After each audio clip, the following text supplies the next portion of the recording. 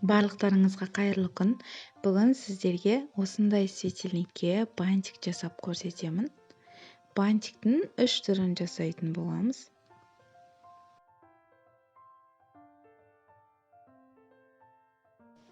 Ең алдымен бізге бантик жасауға шаблондар керек болады.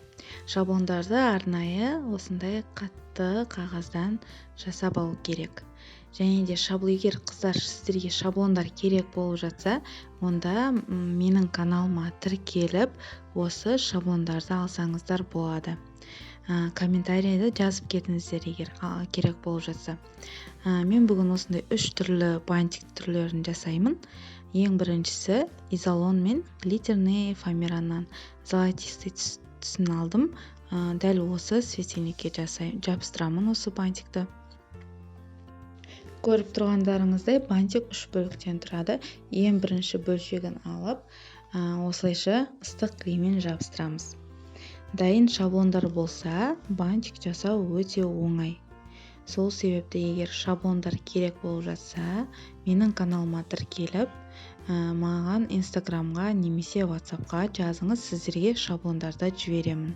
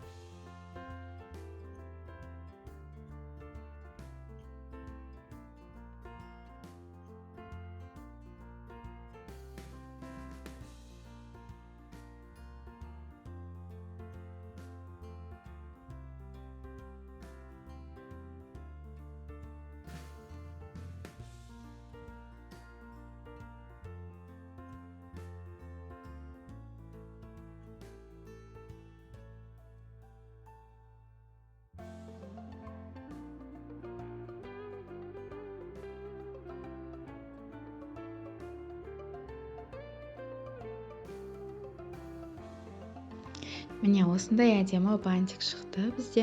Енді екінші бантик бізде 4 бөлшектен тұрады.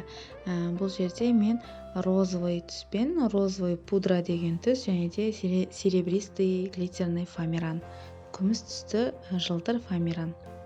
Осылардан жасаймыз екінші бантигімізді.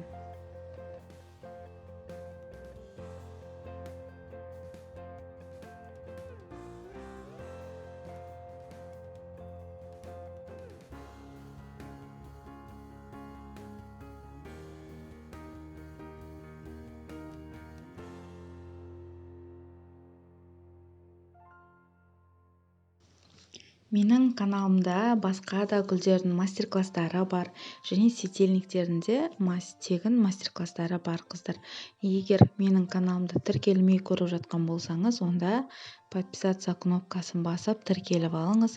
Ең жаңа шыққан сабақтарды бірінші болып көре аласыз.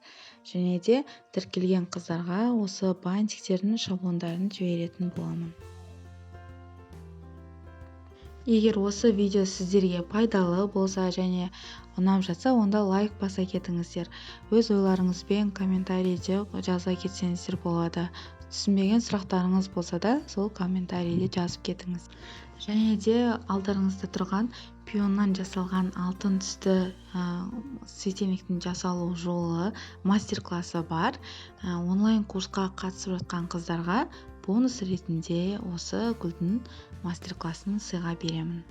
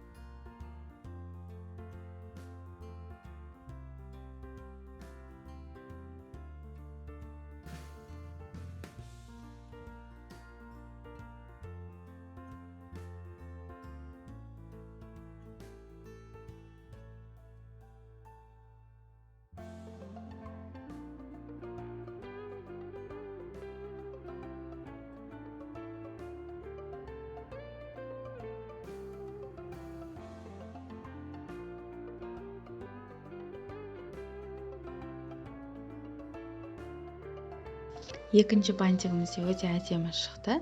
Енді бізде үшінші бантик көбелек тәріздес. Көбелек тәріздес бұл бантикті 30-35 сантиметрге дейінгі, 40 сантиметрге дейінгі осындай настольный светильниктерде қолдансақ болады. Бұл ең оңай бантиктердің бірі. Бұл жерде 3 бөлшектен тұрады. Көбелектің өзін кесіп аласыздар да, екіншісі кәдімгі бантик. Осы бантикті ғана желіммен жабыстырамыз және осыны көбелекке жабыстырамыз.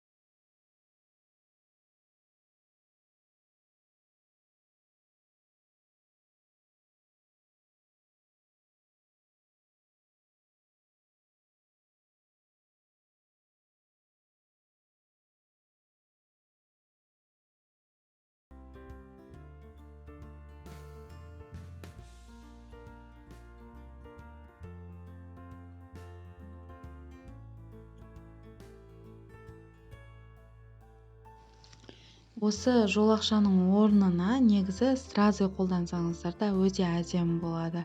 Және бантиктерді басқа да моншақтармен сәндесеңіздер де болады. Бұл бантиктерді тек қана светильниктерде емес, кез келген абодоктарға, қыздарға арналған бас киімдерге қолданса болады. Дәл осы шаблондармен фетр матасынан кесіп, сол материалдан да жасаса болады. Дәл осындай болып шығады.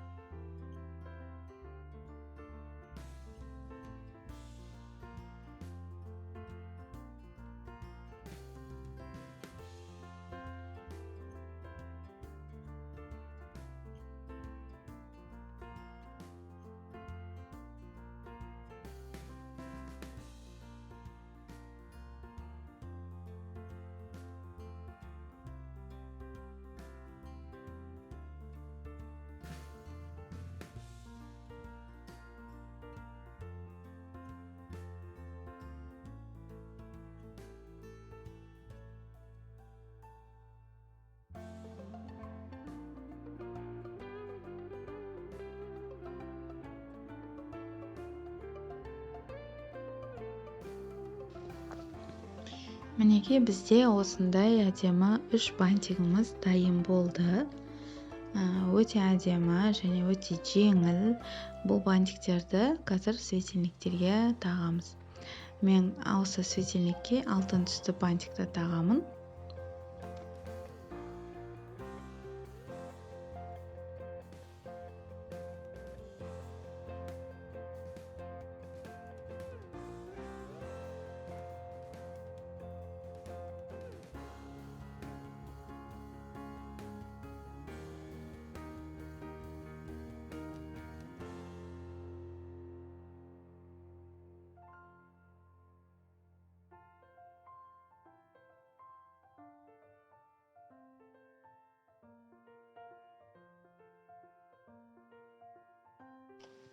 Бүгінге осы. Егер видео пайдалы болса, лайк басып, мені қолдап отырыңыздар. Каналға көбірек пайдалы видеолар салуға тырысамын. Ал келесі кездескенше сау болыңыздар.